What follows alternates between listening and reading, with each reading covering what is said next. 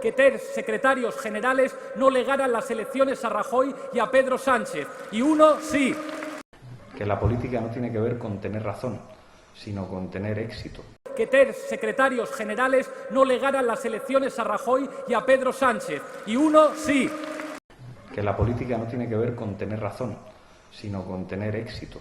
Que 3 secretarios generales no legaran las elecciones a Rajoy y a Pedro Sánchez. Y 1 sí. Que la política no tiene que ver con tener razón, sino con tener éxito.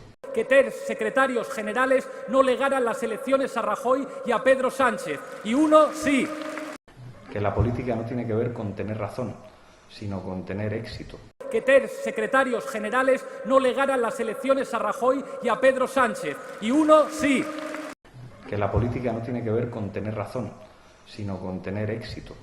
Que la política no tiene que ver con tener razón, sino con tener éxito. Que 3 secretarios generales no legaran las elecciones a Rajoy y a Pedro Sánchez. Y 1 sí.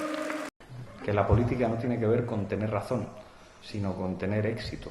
Que 3 secretarios generales no legaran las elecciones a Rajoy y a Pedro Sánchez. Y 1 sí.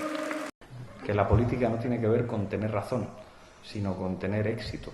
Que 3 secretarios generales no legaran las elecciones a Rajoy y a Pedro Sánchez. Y 1 sí.